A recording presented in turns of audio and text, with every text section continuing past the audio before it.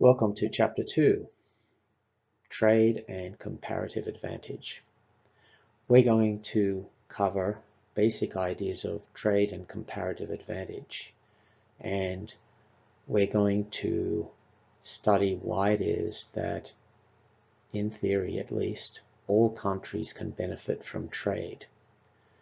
That is a fact due to different preferences, but also at a deeper level to specialization, productivity, and the division of knowledge, and the principle of comparative advantage.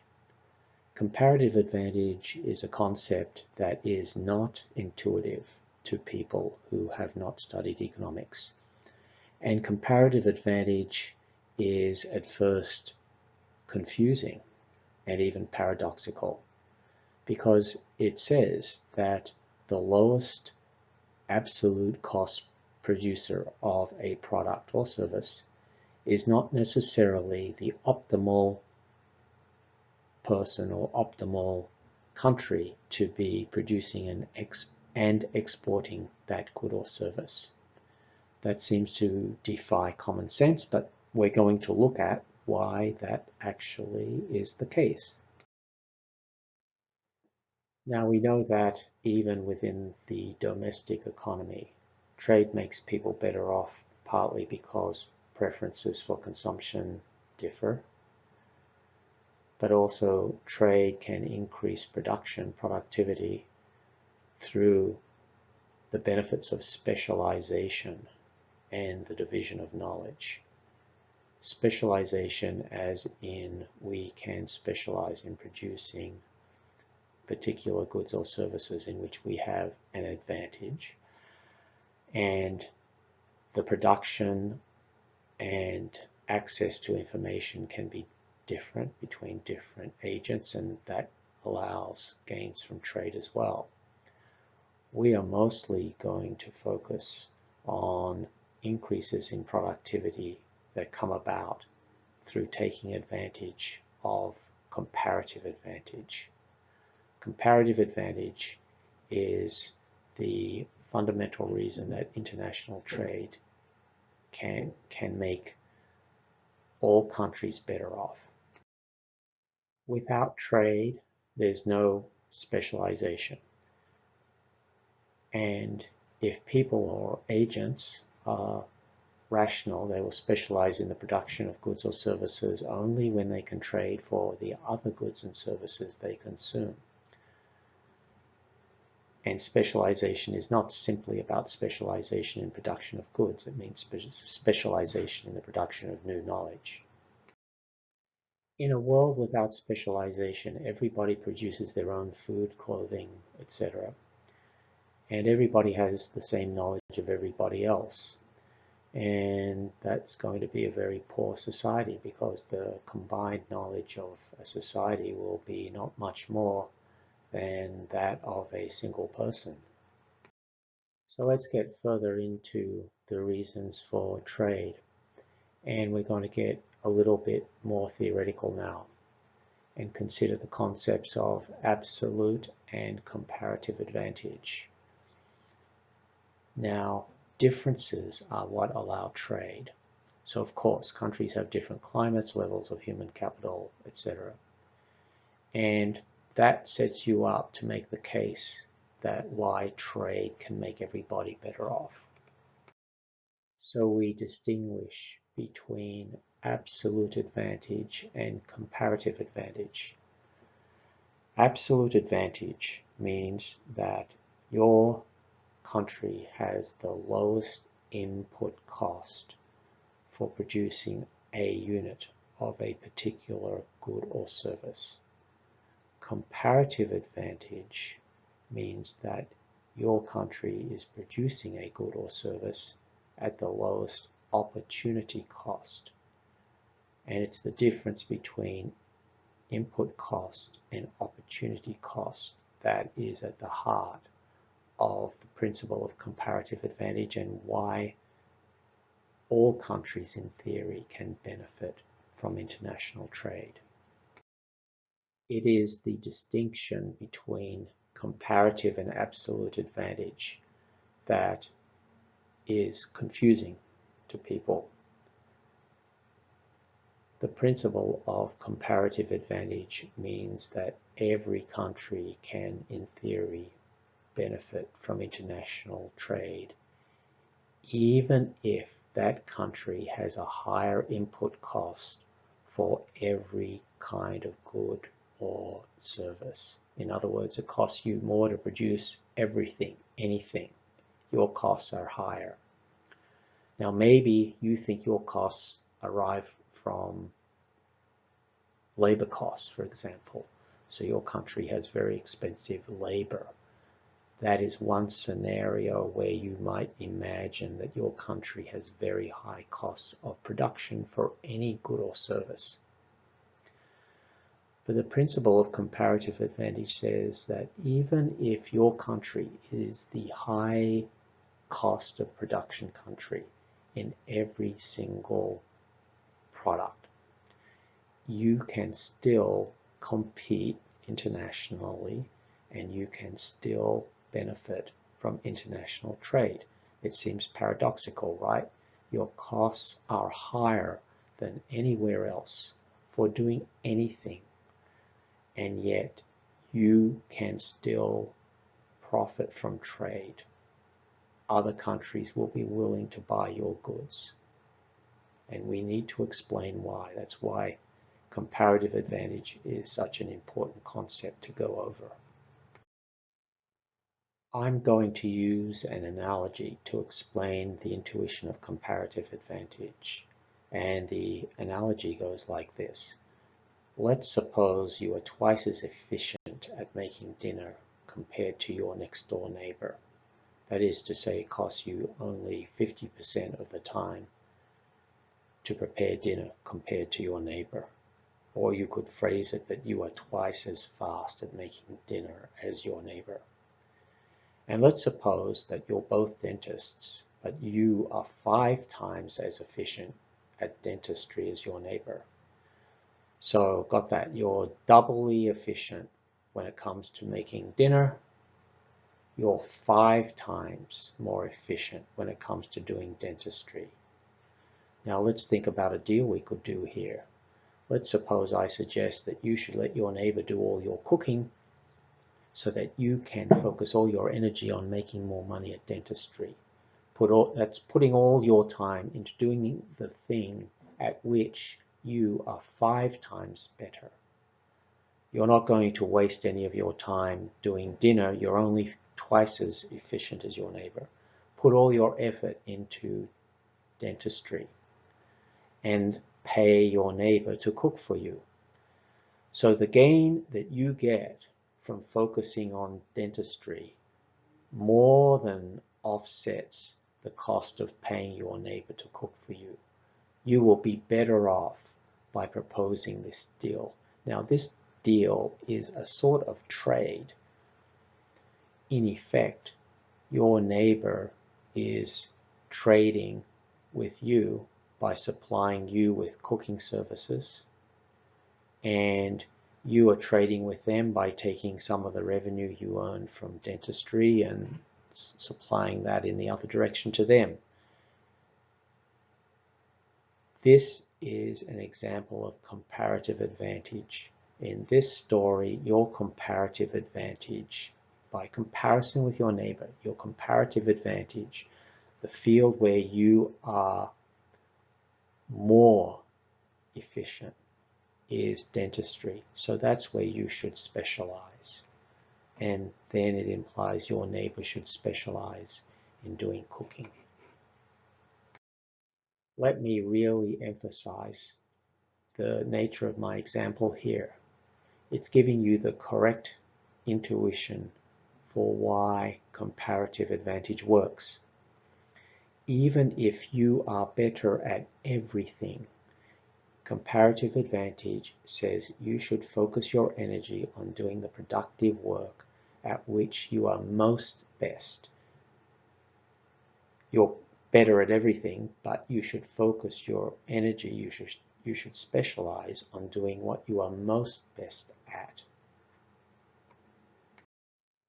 So To benefit from trade, a country does not need to have absolute advantage. That is to say, a country does not have to have a price of production or cost of production that is lower than any other country. A country can benefit from trade with a comparative advantage. Now, to illustrate really what we mean by comparative advantage, we're going to have to talk about a diagram, and we're going to have to talk about the production possibilities frontier, or PPF for short. We're going to use a simple model of production, and this simple model, the production possibilities frontier, shows all the combinations of goods that a country can produce given its productivity and supply of inputs. So we're going to start drawing a simple diagram now. First, we will set up a simple model. And in this model, there are two countries, two goods, and each of the countries is facing a different trade-off in production between producing one good or the other good. So here is the setup. There are two countries and two goods. The two countries are the United States and Mexico. Now, Mexico, as you can see, has a particular production function. Mexico can produce at most 2 computers or at most 12 shirts. And the production function between those two things is a simple straight line. And you can look along that line and see all the options for Mexico in terms of producing shirts. The US has the same kind of diagram, but it has a different production function. It has a production function where the trade-off between shirts and computers is a 45-degree angle. So the United States can produce 24 computers or 24 shirts. Now, in order to keep life simple, we are keeping the production possibilities frontier as being a straight line. In other circumstances, other types of problems, instead of having a straight line, we would have a curved production function. But we're not going to do that here, just a plain old straight production function. So you can see the options are that Mexico can produce, taking from any point, any level of production of shirts. If Mexico reduces its production of shirts, it gets an increase in the number of computers, but the increase in number of computers is at a relatively low level. In the case of the United States, if the United States reduces its production of shirts, it gets a one-to-one increase in production of computers. So looking at this diagram, looking at the two slopes, Mexico has the flatter line, and because it has the flatter line, we say it has comparative advantage in producing what we'll call the horizontal good, in this case, the shirts. In the case of the United States has a steeper slope compared to Mexico, and we say that the United States has comparative advantage in what I'll call the vertical axis good, computers. So if the United States decreases its production of shirts by 1 unit, it gets a bigger increase in computers than would happen in the case of Mexico. So the United States has a comparative advantage, we call it, in producing computers. Okay? To summarize, Mexico has the flatter slope. It has comparative advantage in producing shirts. The United States has the steeper slope. It has comparative advantage in producing computers. Now it's important to notice all of this analysis is looking at the slopes of the two lines. It doesn't matter whether Mexico's line is relatively close to the origin at 0 or whether Mexico's line would be shifted out. We are looking at slope, at gradient. That's the key issue. It's the relative slopes of the two lines, not whether one line is further out to the right or further in toward the origin. Further out to the right simply means that a country is a bigger country. It can produce more of everything, but that is not the key point. The key point is what is the trade-off when you reduce production of one good and you get more of the other. It's all about the slopes. It's not about the absolute size of the country. So let us get this clear. The country that has the steeper production possibility frontier slope, that is the US in this example, what does that signify? It signifies that for a given reduction in the production of the horizontal axis good, shirts, that country produces relatively more of the vertical good, computers, than in the case of the country with the flatter slope.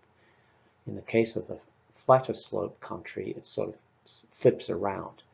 For a given reduction in production of what we'll call the vertical good, it can produce more of the horizontal good than the other country can. So Mexico's comparative advantage is in producing shirts. The US comparative advantage is in producing computers. And you can figure that out by just looking at the relative slopes of the two lines. It doesn't matter if one country's production possibility frontier is way bigger, way further to the right than the other country. It's all about the slopes. This is about the fourth or fifth time I'm emphasizing this. The size of your country doesn't matter. It's the trade-off on the margin of change that matters. So to summarize, when it comes to trade-offs, the USA is relatively good at producing more computers because you sacrifice fewer shirts. Mexico is relatively good at producing more shirts because when Mexico produces more shirts, it does not have to sacrifice a lot of computers. So to make the case that both countries can be better off from trade, we need a before and after analysis. We have to analyze what's the starting point when neither country is trading, and then compare that with the situation where they do go ahead and trade with each other. And then we look to see if the trading situation has made both countries better off. So let's pick a starting point. Let's pick what we call a situation of autarky, where neither country is trading with the other. And our choice of starting point is kind of arbitrary. It isn't given by theory. It isn't given by a need to have a particular starting point. So we'll assume that when we begin with no trade, Mexico is producing 1 computer and 6 shirts.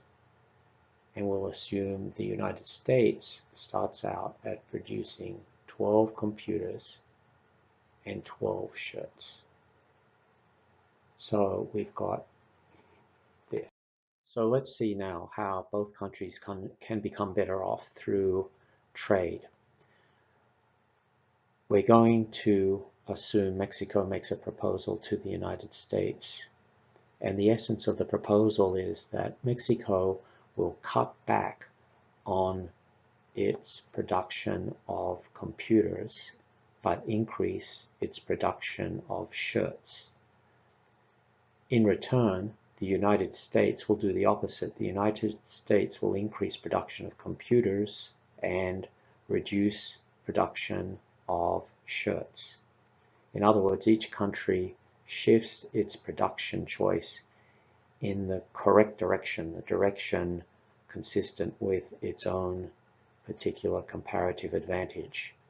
Now you see in this table how things will work out.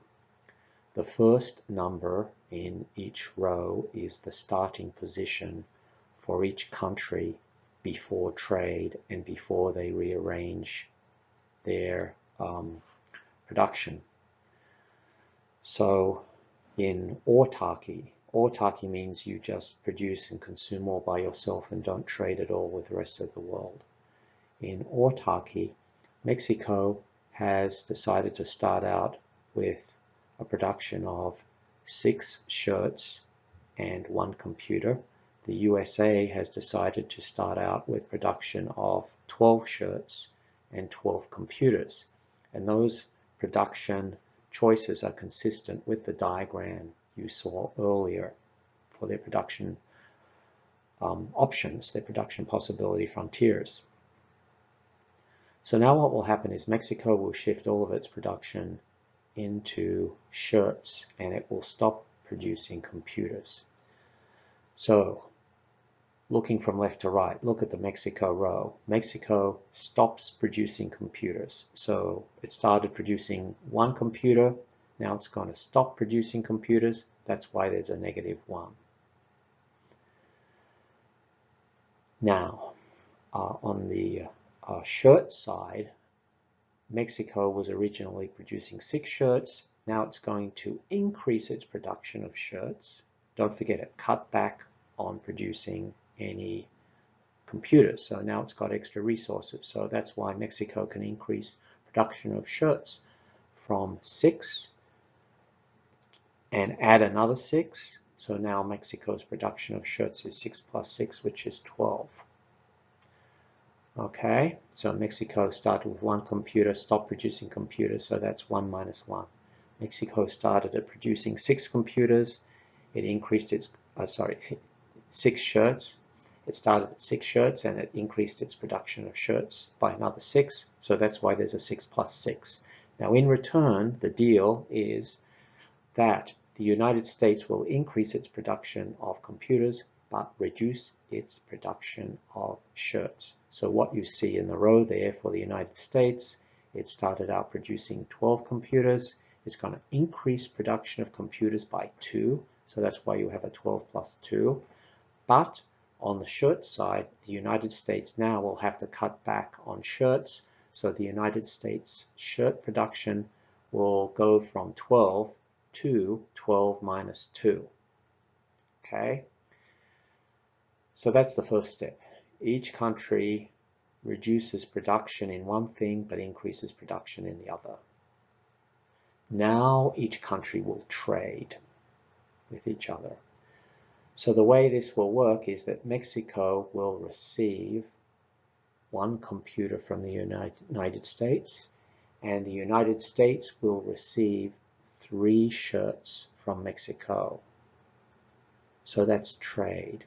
It's a term, what we call terms of trade, a ratio of trade, where Mexico is selling 3 shirts to the United States in exchange for 1 computer. So Mexico was 1 minus 1, but it's receiving a computer from the United States, so that's why there's a plus 1. So you have 1 minus 1 plus 1 equals 1. So Mexico is back where it started in terms of computers. It's back having 1 computer. On the shirt side, Mexico started producing 6. It ramped up production of computers by another 6, so that's 6 plus 6. But it promised to give the United States 3 shirts, so that 6 shirts plus 6 shirts minus 3 shirts equals 9 shirts. So Mexico ends up with 9 shirts. The United States, on the other side, started producing 12 computers. It promised to increase its production of computers, and it did that. It increased production of computers by 2. That's why there's a +2. On the other hand, the United States promised to send to Mexico 1 computer. So that's why there's a -1 in the United States computer cell. 12 plus 2 minus the 1 it's sending to Mexico leaves the United States with 13 computers. When it comes to shirts, the United States started out producing 12 shirts all by itself. It cut back on production of shirts by 2. That's why there's a -2, 12 minus 2. But Mexico is sending the United States 3 shirts as part of the trade deal. So for the US, it's 12 minus 2 plus 3 gives the United States 13 shirts at the end. And if you look at total world production of computers is 12, total world production of shirts is 22.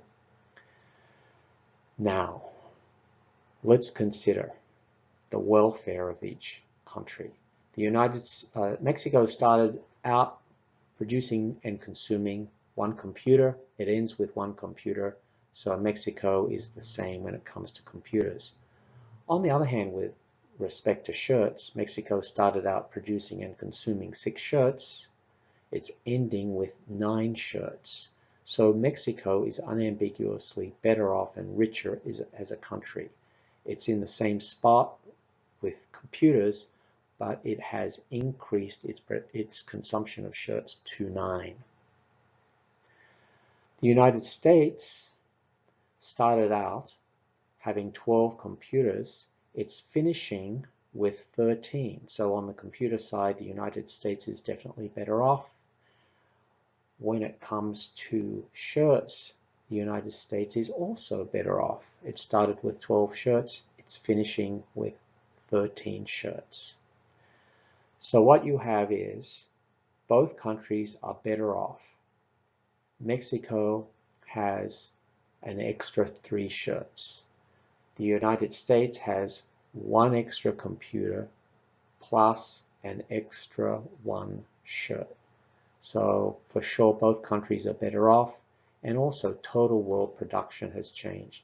Total world production of shirts has gone up from 18 originally to 22, and total world production of computers has gone up from 13 to 14.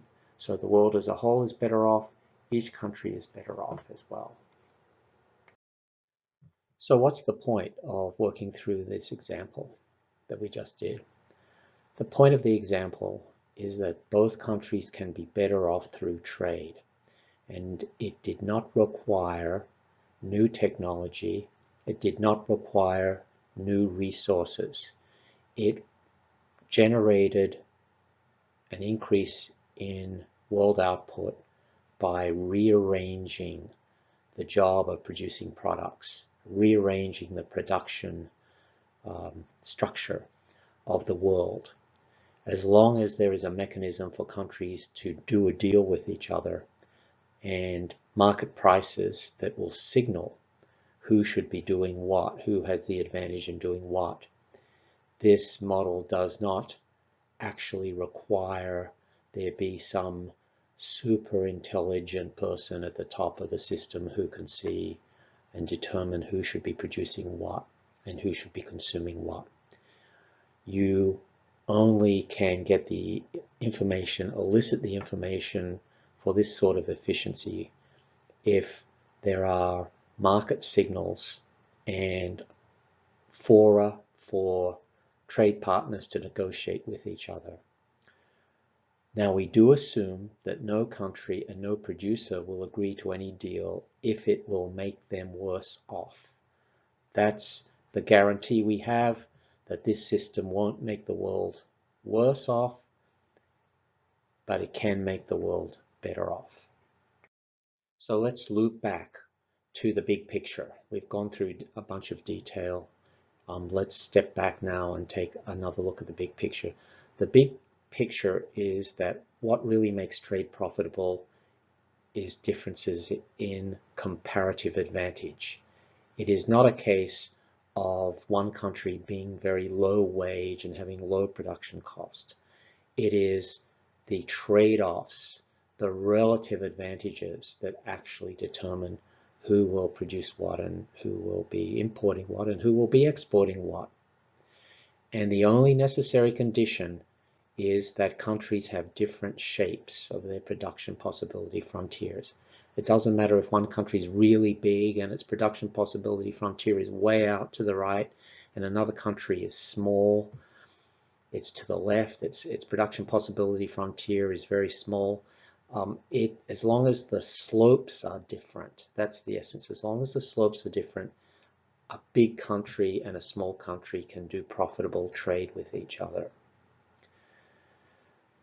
So everybody can potentially benefit from trade. So here's a little bit of theory of economic thought. This model that we worked through essentially was the creation of David Ricardo in the early 19th century, who did a sort of elementary mathematical demonstration like we just did to show the potential gains from trade arising not from being a low-cost producer, but rather having a different set of opportunity costs. And in his example, he used England and Portugal, and he used wool and wine, but the essential message and the essential logic is exactly the same as we just did now. And so trade can make countries better off, although that does not tell us how the share of the gain will be divided. If one country has greater bargaining power, then it can get a bigger slice of the gain, to be sure. So bargaining power does matter, but presumably no country, no producer, no exporter will agree to a deal that will actually make them worse off. Let me add one more item here, and that is that we know in the real world countries don't actually barter with each other. They don't trade shirts for computers directly. So far I've abstracted from any sort of monetary system, monetary or financial system. But the way it actually happens is that what we just saw is what's below the surface. On the surface, of course, trade, imports and exports are negotiated in terms of currency, usually the US dollar, but maybe the euro, maybe some other currency. And those currency denominated units are what actually gets negotiated. But under the sort of monetary and numeric system, you have real forces at work, and the terms of trade will be determined. Terms of trade is the rate at which exports and imports are exchanged for each other. The terms of trade will fundamentally be determined by forces like demand and supply. And that brings us to the end of this lecture.